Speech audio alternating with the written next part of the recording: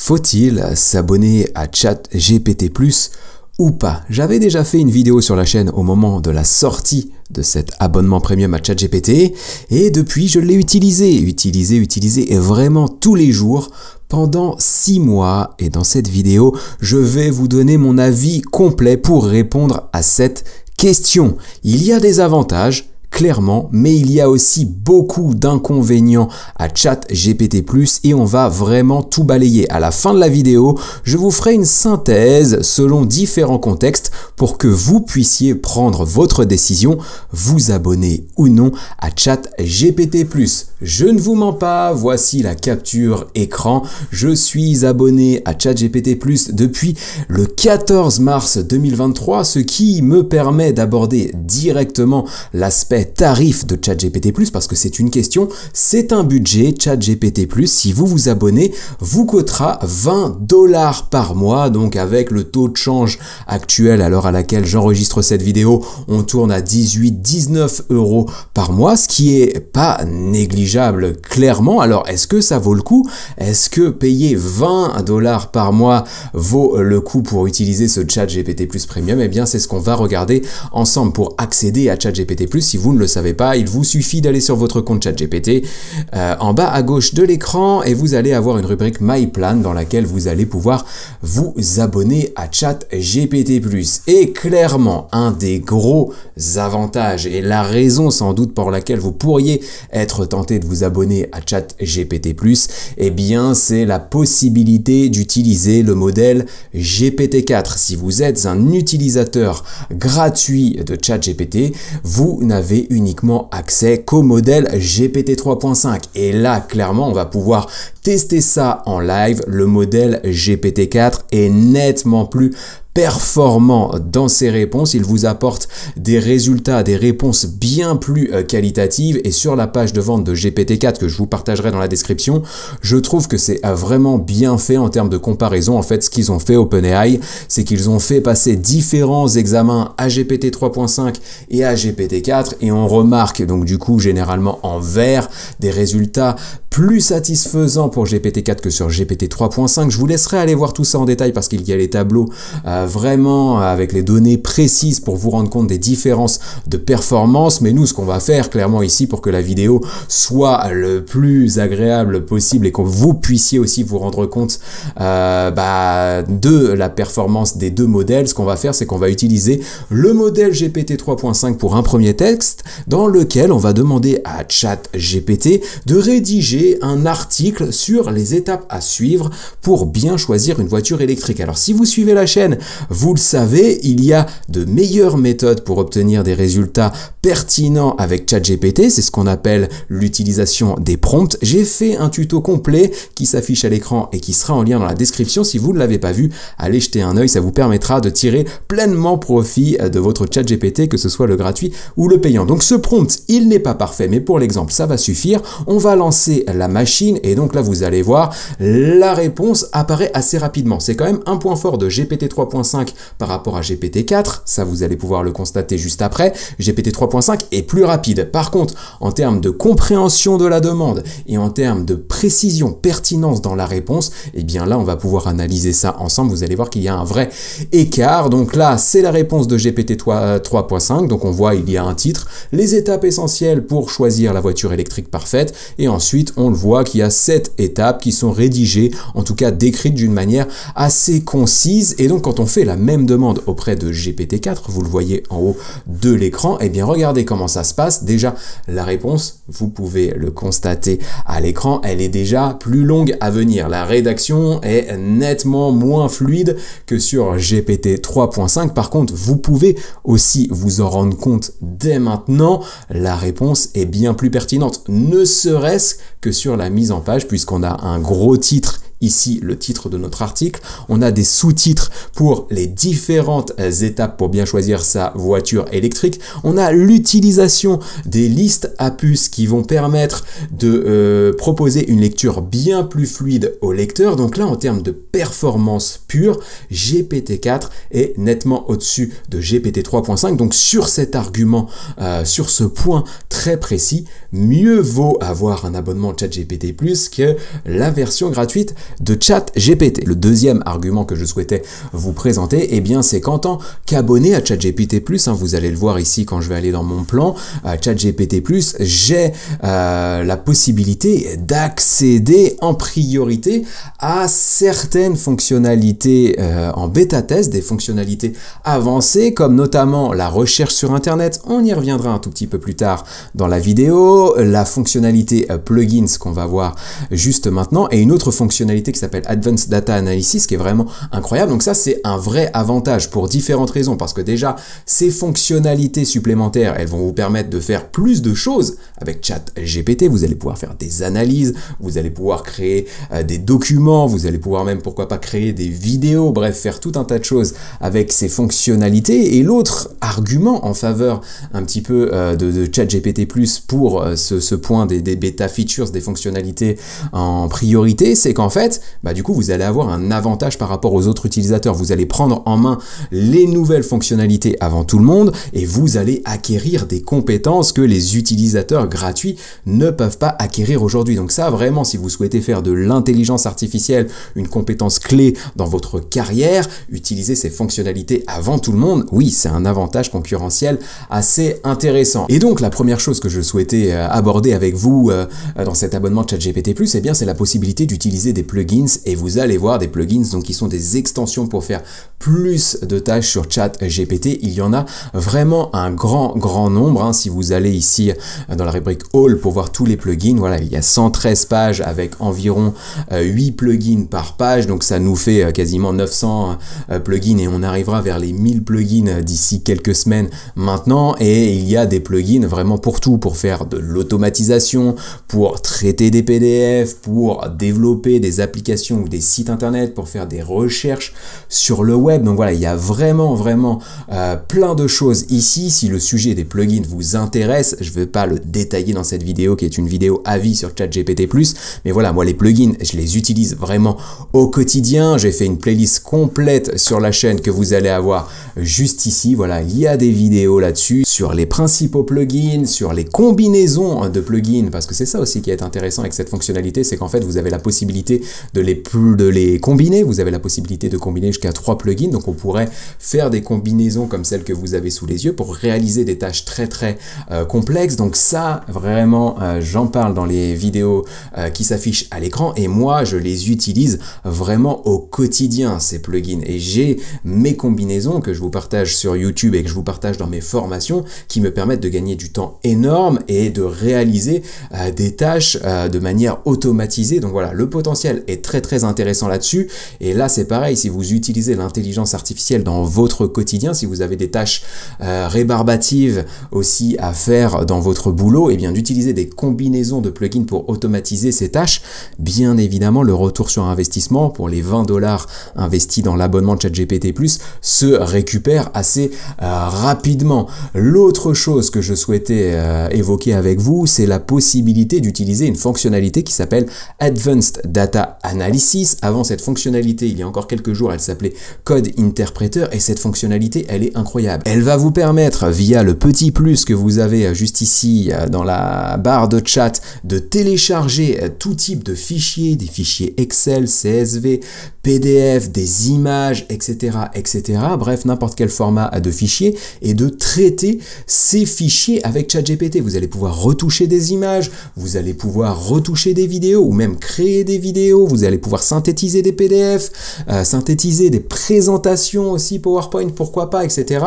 Tout un tas de choses et là c'est pareil, je vous présente l'intégralité des usages de cette fonctionnalité Advanced Analysis ou Code Interpreter si on reste sur la précédente terminologie dans la vidéo que vous avez sous les yeux et qui sera là aussi en lien dans la description. Et comme vous le voyez ici, on a la possibilité voilà, de faire des graphiques, d'analyser des fichiers Excel de données, de milliers de données en fait, et d'en tirer des conclusions en quelques secondes à peine. Donc cette fonctionnalité, à elle seule finalement, elle vaut le coup et certains disent même en fait que cette fonctionnalité Advanced Analysis, en fait, c'est un GPT 4.5. C'est c'est une version avancée de GPT-4 vu tout ce qu'on peut faire avec, et je continuerai de vous faire des tutos sur cette fonctionnalité sur la chaîne, donc si ce n'est pas encore fait, pensez à vous abonner pour ne pas les manquer, et ça nous permettra aussi d'agrandir cette communauté IA qu'on est en train de construire sur la chaîne. On vient de dépasser les 40 000 abonnés, donc merci beaucoup à vous, et si ce n'est pas fait, eh bien c'est gratuit, ça vous demandera qu'un seul clic. Donc voilà ce que je souhaitais vous présenter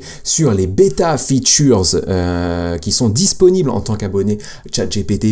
Donc voilà, vous allez pouvoir faire plus de choses avec ces fonctionnalités, et vous allez aussi pouvoir acquérir des compétences que les utilisateurs gratuits ne peuvent pas acquérir. Mais vous allez voir qu'il y a vraiment des inconvénients aussi à ces fonctionnalités, et je vais aborder tout ça avec vous. Avant tout, une autre fonctionnalité qui est importante sur ChatGPT, c'est la fonctionnalité Custom Instructions. Pardonnez-moi pour mon accent qui est pas terrible. Mais du coup, cette fonctionnalité, elle est assez intéressante parce qu'elle va vous permettre, entre guillemets, de paramétrer ChatGPT selon vos données. Et je la présente juste ici. Pourquoi? Parce que cette fonctionnalité, elle a été disponible pour les abonnés à ChatGPT+ pendant quelques semaines en priorité, voire même quelques jours seulement, et qu'ensuite, elle a été déployée à tous les utilisateurs gratuits. Donc ça me permet, voilà, de vous faire la transition entre les arguments pour l'abonnement à ChatGPT+, et maintenant les arguments contre. Cette fonctionnalité, elle est disponible pour les utilisateurs gratuits et les utilisateurs payants, et pourtant c'est une des fonctionnalités phares, voire même peut-être la fonctionnalité principale de ChatGPT, parce que si vous la paramétrez bien, vous aurez de meilleurs résultats avec GPT 3.5 en ayant bien paramétré vos Custom Instructions plutôt que d'utiliser GPT-4 sans cette fonctionnalité. Donc ça, c'est vraiment un point important. Et l'autre, du coup, argument en défaveur de l'abonnement à ChatGPT+, que je souhaitais vous présenter ici, et bien là, vous le voyez, les bêta features, elles sont plutôt pas mal. On les a vues tout à l'heure, mais je vous ai aussi parlé d'une fonctionnalité navigation sur Internet. Et par exemple, cette fonctionnalité navigation sur Internet, on l'avait précédemment en tant qu'abonné à ChatGPT+, je l'utilisais beaucoup et je vous avais même fait des tutos sur la chaîne. Il y en a un qui s'affiche à l'écran et qui sera en lien dans la description. J'en parlais aussi beaucoup en formation. J'adorais cette fonctionnalité, mais cette fonctionnalité, depuis fin juin, début juillet 2023, elle n'est plus disponible. Elle est temporairement mise en pause, en tout cas, pour des raisons de sécurité. Mais voilà, c'est quelque chose, une fonctionnalité qu'on avait, pour laquelle on a payé en s'abonnant à ChatGPT+, et cette fonctionnalité, on y a désormais plus accès. Alors il y a la possibilité de connecter ChatGPT à Internet en utilisant, voilà, des plugins comme celui que vous avez sous les yeux, Browser Hop, juste ici. Donc vous allez pouvoir quand même faire des recherches sur le web avec les plugins. Mais voilà, ça me permettait aussi de vous présenter un petit point négatif de l'abonnement, c'est que comme ce sont des fonctionnalités en bêta, en cours de développement, eh bien elles évoluent et elles peuvent ne plus vous correspondre avec le temps, ou alors elles peuvent même être, pardonnez-moi, supprimées finalement de ChatGPT+, et donc vous vous retrouvez finalement peut-être avoir pris un abonnement pour une fonctionnalité qui n'existe plus maintenant. Donc ça, c'est un réel problème. L'autre sujet qui fâche avec ChatGPT+, et vous en avez un exemple sous les yeux parce que ça m'arrive fréquemment, parfois vous vous plaignez en commentaire de ce problème en pensant que je ne l'ai jamais, alors que ça m'arrive aussi très régulièrement comme vous, c'est qu'en fait, quand vous êtes abonné à ChatGPT+, et vous allez le voir à l'écran, vous êtes limité sur le quota de messages que vous allez pouvoir utiliser avec GPT-4. Vous le voyez au-dessus de Default, juste ici, c'est écrit en anglais que nous sommes limités à 50 messages toutes les 3 heures pour GPT-4. Et donc ça vous arrivera, si vous travaillez régulièrement avec GPT-4, que vous l'utilisez dans votre quotidien et que vous lui posez différentes questions parce que vous êtes en train de travailler sur un sujet complexe, eh bien vous aurez le message en rouge que j'ai sur l'écran juste ici. Vous avez atteint votre quota de messages pour GPT-4, revenez dans 3 heures pour pouvoir le réutiliser à nouveau. Et ça, je trouve ça quand même assez dommage en tant qu'abonné à quelque chose. On est abonné à un service, on est censé avoir un accès à une fonctionnalité, ce qui était bien vendu au moment du lancement de ChatGPT+, mais en fait il s'avère que oui, on a accès à cette fonctionnalité, mais dans une certaine limite, et ça vous allez voir que je pense que ce n'est pas prêt de disparaître, puisque ChatGPT lance un nouvel abonnement à destination des entreprises, mais j'en parlerai un tout petit peu plus tard dans la vidéo. Donc ça, c'est un problème, c'est un vrai souci avec un l'abonnement à ChatGPT+. Et l'autre problème qu'on peut avoir, eh bien, je vous ai mis le sujet des plugins dans les avantages, les arguments en faveur de l'abonnement à ChatGPT+, c'est le cas, mais il y a aussi pas mal de choses qui ne vont pas avec cette fonctionnalité plugin. La première chose, c'est le plugin store, celui que vous avez sous les yeux. Tout à l'heure, je vous disais qu'il y avait 113 pages avec 8 plugins par page, et la navigation, très clairement, elle n'est pas bonne, et donc ça peut vraiment poser problème pour trouver des plugins. Heureusement que vous êtes abonné à cette chaîne et que je vous partage régulièrement les meilleurs, parce que pour trouver voilà les vrais plugins, ça peut être un problème. Et il y a aussi beaucoup de plugins qui sont très mauvais, qui ne servent à rien ou qui ne fonctionnent pas. Je vous montrerai quelques exemples juste après, mais ça déjà, le plugin store, je pense qu'il devrait être amélioré. Quand on paye un abonnement premium à 20 $ par mois, on devrait avoir une expérience meilleure d'un point de vue des plugins. Et l'autre souci avec les plugins, c'est qu'il y a parfois des plugins qui arrivent comme ça sur le store et qui vont disparaître au bout d'une semaine, 2 semaines, 3 semaines, et qui ne reviendront peut-être jamais. Et ça, c'est pareil, c'est un souci. Si vous êtes abonné à ChatGPT+, et que vous trouvez un plugin intéressant et que vous l'intégrez dans votre process aujourd'hui, votre process de travail, et que demain ce plugin disparaît, c'est un souci parce que finalement le temps que vous avez gagné, le temps que vous avez consacré pour paramétrer ce plugin ou pour vraiment automatiser finalement vos actions avec, pour savoir l'utiliser de manière la plus fluide possible, vous avez passé du temps à vous former entre guillemets dessus, ça disparaît du jour au lendemain, c'est entre guillemets, j'allais dire, le temps c'est de l'argent, donc c'est de l'argent que vous perdez en instantané, donc ça c'est un vrai souci. Et l'autre souci qu'on va avoir, il y en a vraiment deux selon moi d'un point de vue plugin, c'est quand même que les plugins ne fonctionnent pas toujours parfaitement. Un exemple ici, je suis en train de vous préparer une vidéo sur un plugin qui est assez incroyable, mais la problématique c'est que j'ai pas pu la finir. Pourquoi? Parce que ce plugin qui s'appelle Smart Slides ne fonctionne pas, je n'arrive pas à l'utiliser. J'ai réussi une fois ou deux auparavant, j'ai envie de vous montrer des choses là-dessus en vidéo, mais là le plugin est en train de bugger, et vous le voyez ici en 2 sur 2, j'ai essayé différents prompts, j'ai essayé différentes choses à plusieurs reprises, et en fait il s'avère que les réponses ne sont pas bonnes. Et là, si je régénère, peut-être que ça va fonctionner ou peut-être pas. Peut-être que ça va ramer. C'est un problème aussi avec les plugins, c'est qu'il y a beaucoup de plugins, alors soit qui vont bugger ou alors qui vont mettre du temps à fonctionner. Et donc, ça, ouais, c'est l'expérience. Enfin, l'expérience en tant qu'abonné premium n'est pas nickel là-dessus. Donc ça, c'est un souci que je souhaitais évoquer avec vous. Et donc là, vous le voyez sous les yeux, encore une capture d'écran. Je vous montre tout sur la chaîne. Donc dans les vidéos, parfois ça va m'arriver d'avoir des erreurs avec les plugins. Voilà typiquement le genre de message que vous pouvez avoir. Vous utilisez un plugin intéressant, vous êtes censé gagner du temps avec, et pour une raison X ou Y, le jour où vous allez décider de l'utiliser, eh bien, il y aura des problèmes, il ne fonctionnera pas, et vous devrez vous reconnecter dans quelques heures pour pouvoir l'utiliser de manière efficace. Et donc là, vous le voyez, pour Smart Slide, en live encore, j'essaye de régénérer pour pouvoir l'utiliser, et non, ça ne fonctionne pas. L'autre problématique, et c'est quelque chose qui me gave vraiment avec les plugins ChatGPT, c'est qu'en fait, dans le store, il y a beaucoup de plugins qui ne servent à rien, et dont les auteurs en fait utilisent finalement le buzz qu'il y a autour de ChatGPT pour se faire de la pub. Un exemple encore en tête, et vous avez peut-être vu le logo sur l'onglet que je vais vous présenter juste après. Un exemple parfait de ça, c'est le plugin Canva. Canva, c'est une société, c'est un outil en ligne qui vous permet de créer des visuels, donc des présentations, des visuels pour les réseaux sociaux, des affiches, des présentations en slide, etc. Bref, l'outil est super quand vous allez vous connecter au site canva.com. Mais donc là, je me suis dit qu'il y a un plugin, c'est génial. On va pouvoir faire des choses avec ChatGPT, on va pouvoir demander à ChatGPT de nous faire des présentations PowerPoint, on va pouvoir demander à ChatGPT de nous faire des logos, de nous faire des visuels pour nos réseaux sociaux. Et en fait, non, le plugin ne sert vraiment à rien. Je l'ai testé, et en fait, ce que ce plugin propose aujourd'hui, eh bien, c'est tout simplement de nous renvoyer vers des templates. Donc là, je lui ai demandé de me proposer une couverture pour un profil LinkedIn. Vous le voyez ici. Donc, j'aurais bien voulu avoir une photo de couverture pour mon profil LinkedIn avec peut-être mon nom, un slogan, etc.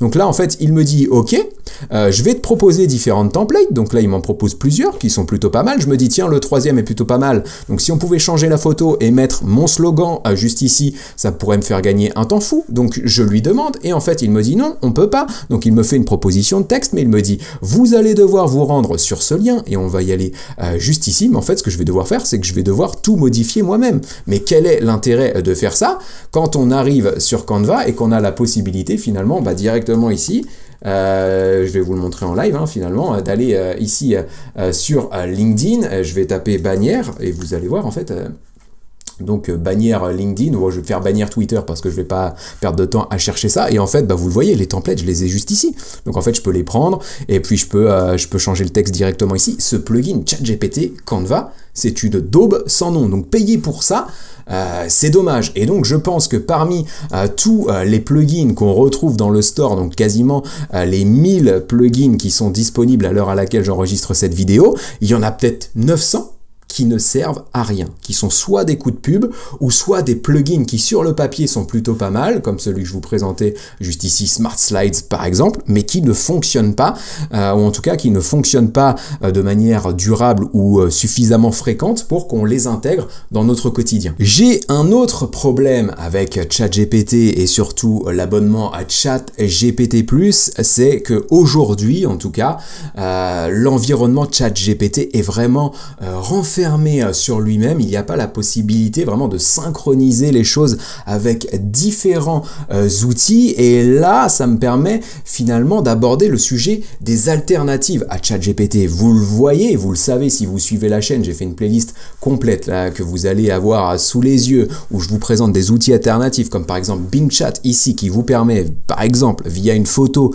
de développer, de rédiger le code d'un site internet, ou encore voilà tous les outils que je vous partage dans la playlist que je suis en train de dérouler juste ici. Donc vous voyez, il y a 32 vidéos d'outils alternatifs à ChatGPT. Aujourd'hui, il y a beaucoup d'alternatives à ChatGPT qui permettent finalement de faire gratuitement ce que proposent certaines fonctionnalités payantes de ChatGPT+. Un exemple aussi avec Bard, Google Bard ici que vous avez sous les yeux, qui est une alternative à ChatGPT, qui est finalement le ChatGPT de Google. J'ai fait un tuto complet sur Google Bard qui s'affiche à l'écran et qui sera en lien dans la description. Vous pourrez aller voir et le tester par vous-même pour vous rendre compte un petit peu du potentiel. Et ce qui est pas mal avec ce Google Bard, du coup, qui est lui pour le coup bien intégré à la suite des outils Google comme Google Docs, Gmail, Google Sheet, etc. Eh bien, c'est qu'on a la possibilité d'exporter, par exemple, un email. Là, j'ai demandé à Google Bard de rédiger un email sur un sujet précis. Eh bien, derrière, Google Bard, si je clique sur partager, exporter, je vais pouvoir exporter cet email directement dans ma boîte Gmail et l'envoyer. Donc ça, c'est un gain précieux. Je peux aussi l'exporter vers un document doc et aller voir ce document doc. Donc je bouge un peu parce qu'il y a ma webcam en fait qui cachait la proposition d'aller voir ce fichier Google Doc, mais vous voyez, j'ai la réponse directement de Google Bard dans un fichier doc ici que je peux enregistrer, que je peux imprimer, que je peux partager avec des collaborateurs. Donc ça, c'est plutôt pas mal, et c'est pour moi aujourd'hui un inconvénient de la part de ChatGPT+, de ne pas pouvoir un petit peu synchroniser les choses avec d'autres outils. Le dernier souci que j'ai avec l'abonnement ChatGPT+, c'est quand même que j'ai l'impression parfois de m'être fait arnaqué, qu'il y ait eu tromperie un petit peu sur la marchandise, et vous allez comprendre où je veux en venir avec la sortie d'un nouvel abonnement. Ça a été annoncé il y a quelques jours maintenant, d'un abonnement supérieur à ChatGPT+, à destination à des entreprises qui s'appelle ChatGPT Enterprise. Vous le voyez avec ma vidéo qui s'affiche à l'écran et qui là aussi sera en lien dans cette description. Et ChatGPT Enterprise, ça fait rêver. Pourquoi? Parce que finalement, cette version améliorée de ChatGPT comble tous les problèmes que je viens d'aborder avec ChatGPT+. Il n'y a plus d'interruption de service. Pourquoi? Parce que ChatGPT Enterprise est certifié SOC 2, et SOC 2, c'est une certification qui engage OpenAI à proposer un service constamment disponible, sans interruption. Donc en fait, toutes les ressources qu'OpenAI a aujourd'hui pour ChatGPT, eh bien en fait, ils vont les attribuer en priorité aux abonnés ChatGPT Enterprise en raison de cette certification SOC 2. L'autre souci qu'on va avoir, nous on a payé avec un abonnement ChatGPT+ pour utiliser GPT-4 et on se retrouve avec un quota de 50 messages, et bien en fait là on nous dit que avec l'abonnement ChatGPT Enterprise, vous aurez un accès illimité à GPT-4. Et c'est là où on est en droit de se dire, ou qu'on peut commencer à se dire qu'en fait, nous, en tant qu'abonnés ChatGPT+, on aura toujours une limitation de messages sur GPT-4 parce que la priorité sera accordée aux abonnés de ChatGPT Enterprise. L'autre souci qu'on a sur GPT+, vous l'avez vu, GPT-4 est bien plus long que GPT 3.5 pour apporter sa réponse. Alors ça joue à quelques secondes, mais dans l'expérience utilisateur et dans un quotidien, quand on utilise vraiment ChatGPT dans sa journée, c'est lourd à force. Et là, en fait, on se rend compte que les abonnés à ChatGPT Enterprise pourront avoir une vitesse de réponse sur GPT-4 2 fois supérieure. Donc en fait, c'est pas une question de problématique technique. En fait, on peut le faire, on peut aller plus vite, on peut enlever la limitation des messages GPT-4, mais ça sera uniquement pour les personnes qui payeront un abonnement ultra premium, le ChatGPT Enterprise. Et donc vous le voyez aussi ici, c'est qu'en fait avec GPT Enterprise, ChatGPT Enterprise, vous pourrez partager aussi des contenus plus longs avec ChatGPT, 8 fois plus longs par rapport à GPT-4 ChatGPT+, et vous pourrez obtenir des réponses aussi 8 fois plus longues que ChatGPT+. Donc voilà, il y a vraiment des problèmes aujourd'hui avec l'abonnement ChatGPT+, et moi j'ai envie d'avoir votre avis d'utilisateur. Si vous êtes abonné, faites-moi part de votre expérience en commentaire, ça m'intéresse que vous rebondissiez un petit peu sur les points négatifs que je vous ai présentés. Maintenant, pour finir cette vidéo, j'ai envie de vous donner mon avis sur les différents contextes qui peuvent être les vôtres et si oui ou non vous devez, précisément, vous abonner à ChatGPT+. Et pour ça, moi j'ai une vision très précise. Ça fait 6 mois que j'utilise ChatGPT+, je l'ai implémenté chez des clients, j'ai vu des centaines, voire même des milliers d'utilisateurs ChatGPT+, l'utiliser au quotidien. Donc j'ai vu pour ceux chez qui c'était bien, c'était une bonne idée de prendre ChatGPT+. J'ai vu aussi des gens s'abonner à ChatGPT+, qui n'auraient peut-être pas dû. Et donc, en fait, j'ai demandé à ChatGPT pour la forme, GPT-4, de me faire un tableau visuel résumant le point de vue qui est le mien et que je lui ai partagé. Voilà, selon moi, les différents scénarios dans lesquels vous devez vous abonner à ChatGPT+, et les scénarios, finalement, dans lesquels vous devez peut-être vous abstenir, ou en tout cas peut-être attendre une évolution de ChatGPT+. Donc déjà, le premier profil, si vous êtes un professionnel de l'intelligence artificielle, très clairement, vous devez vous abonner à ChatGPT+ pour utiliser ces fonctionnalités plugin, code interpreter, ces fonctionnalités un peu clés en bêta pour prendre un avantage sur tous vos concurrents qui n'utiliseraient que la version gratuite de ChatGPT. Donc voilà, ne serait-ce que pour utiliser en priorité ces fonctionnalités, ça vaut le coup. Si vous utilisez l'intelligence artificielle dans un cadre professionnel, que vous l'utilisez vraiment dans votre quotidien pour mener des tâches vous avez là aussi, à mon sens, besoin d'un abonnement à ChatGPT+. Pourquoi? Parce que tout simplement, GPT-4 est bien plus performant que GPT 3.5. Vous aurez de meilleurs résultats, vous aurez des résultats plus fiables, vous aurez de meilleures mises en page, vous aurez de meilleures, peut-être, bonnes pratiques qui seront suivies dans la création de contenu sur Internet, par exemple, que ce soit pour vos réseaux sociaux, pour le référencement de votre site Internet, etc. Donc voilà, ChatGPT+ sera votre meilleur ami si vous l'utilisez vraiment régulièrement dans votre quotidien professionnel. Si vous êtes un geek, et c'est le cas de beaucoup de personnes, dites-moi dans quel profil vous vous retrouvez en commentaire, ça améliorera aussi le référencement de la vidéo. Si vous êtes geek, un peu comme moi et un peu comme beaucoup avec qui j'échange régulièrement justement dans les commentaires, eh bien en fait d'investir 20 $ par mois, c'est pas un sujet.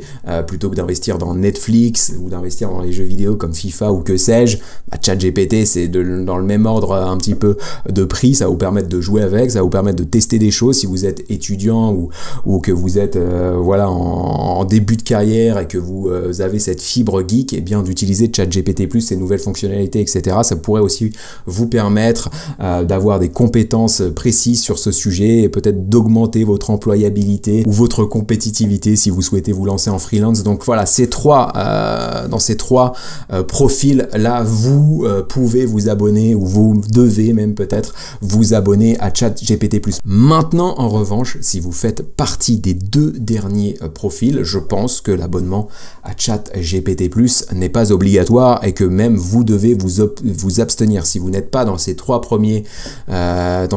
premières catégories, n'utilisez pas ChatGPT+. GPT 3.5 suffira largement pour vous amuser, pour poser des questions. Voilà, si vous utilisez simplement ChatGPT pour répondre à des questions plutôt que d'utiliser Google aujourd'hui, dans ces cas-là, le ChatGPT 3.5 suffira largement.